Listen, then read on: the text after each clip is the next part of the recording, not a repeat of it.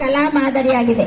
ಇಲ್ಲಿ ಕಲರಿ ಎಂಬ ಪದವು ತರಬೇತು ಸಂಸ್ಥೆ ಎಂಬ ಅರ್ಥವನ್ನ ಸೂಚಿಸಿದರೆ, ಪಯಟು ಎಂಬ ಪದವು ಕದನ ಎಂಬ ಅರ್ಥವನ್ನ ಸೂಚಿಸುತ್ತದೆ. ಇದು 3ನೇ ಶತಮಾನದ ಉಪವೇದಗಳ ಧನುರ್ವೇದದಲ್ಲಿ ಕಂಡುಬಂದಂತಹ ಜ್ಞಾನಶಾಸ್ತ್ರದ ಪುರಾವೆಗಳಲ್ಲಿ ಒಂದಾಗಿದೆ.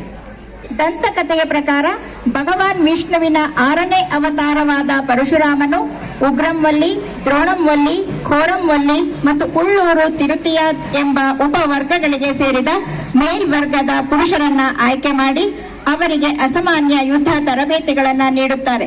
ಇದು ತರಬೇತುದಾರರ ಯುಗವನ್ನೇ ಸೃಷ್ಟಿಸುವುದರೊಂದಿಗೆ ಅಂತಿಮವಾಗಿ 21 ಕಲರಿ ಪಯಟುಗಳನ್ನ ಆಯ್ಕೆ ಮಾಡುವ ಮೂಲಕ 21 ಕಲರಿ ಮಾದರಿಗಳನ್ನ ಸೃಷ್ಟಿಸಲಾಯಿತು.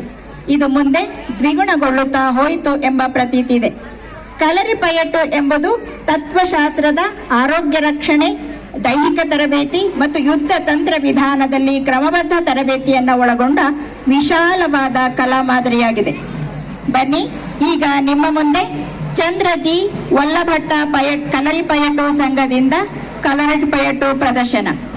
ಈ ಸಂಘ HSR ಲೇಔಟ್ನಲ್ಲಿ 8 ವರ್ಷಗಳಿಂದ ತರಬೇತಿ ನೀಡುವ ಮೂಲಕ ಹಲವು ಕಲರಿ ಪಯಟುಗಳನ್ನ ಬೆಳೆಸಿ ಆ ಸಂಸ್ಕೃತಿಯನ್ನ ಉಳಿಸಿ ಬೆಳೆಸುತ್ತಿದೆ. ಬನ್ನಿ ಈಗ ಮುಂದೆ. ಈ ಕಲರಿ ಪಯಟು 6 ಹಂತಗಳಲ್ಲಿರುತ್ತದೆ. ಮೊದಲನೇ ಹಂತ